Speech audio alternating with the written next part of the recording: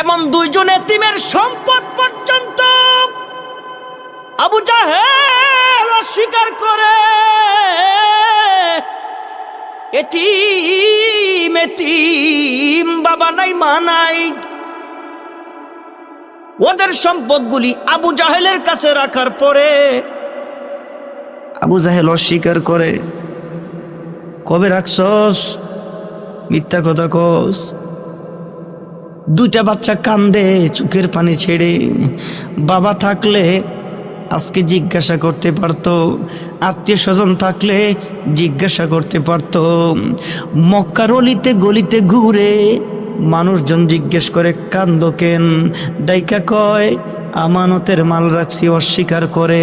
কার কাছে রাখছো? কয় মক্কার লিডার আবু জাহেলের কাছে রাখছি। কাফেরটা কয় ওই লিডার হইতে পারে, লেনদেন বালা না। তো লেনদেন যার বালা না, হেরে লিডার মানুষকে ঠেক্কা লিডার মানে ঠেকছে। দাইকা কয় কার কাছে গেলে বিচার পাইব? বলে কারো কাছে বিচার পাবি না। আবার রাস্তা দিয়ে হাঁটে হাঁটতে হাঁটতে মানুষের চোখের সামনে পড়ে। মানুষজন জিজ্ঞেস করে কেন কান্দো? বলে আমার মা নাই, আমার বাবা নাই, আমার আত্মীয় স্বজন কেউ নাই।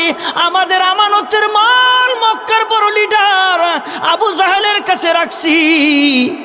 আবু জাহেল এখন অস্বীকার করে। কার কাছে গেলে বিচার পাবো? একজন ডাক দিয়া কয় বিচার করার মানুষ শুধুমাত্র একজন, তিনি হইল আল আমিন।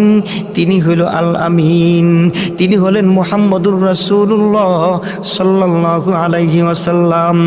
এই নবীরে পাইয়া ইসলাম ধর্ম গ্রহণ করতে পারে না আবু জাহেল। বলে কোন আবু জাহেল? যে আবু জাহেলের চোখের সামনে আমার নবী আঙ্গুলের ইশারায় চাঁদকে দুই টুকরা করছে, ইসলাম আনে নাই। যেই নবী ওই আবু জাহেল উতবা সাহেবার সামনে সাহাবায়ে কেরাম গিয়ে বলেন ইয়া রাসূলুল্লাহ, ওগো নবীজি গোটা মক্কার ভিতরে পানি নাই, কোথাও পানি নাই, কেমনে পাবো পানি? আমার নবী হাতগুলি বিছাই দিছেন, হাতের আঙ্গুলের মাধ্যমে ঝর্ণার মতন পানিগুলি পড়তেছে, মানুষ পিপাসা মিটাইছেন। এই দৃশ্য মক্কার আবু জাহেল দেখছে, এই দৃশ্য উতবা দেখছেন, এই দৃশ্য সাহেবা দেখছেন।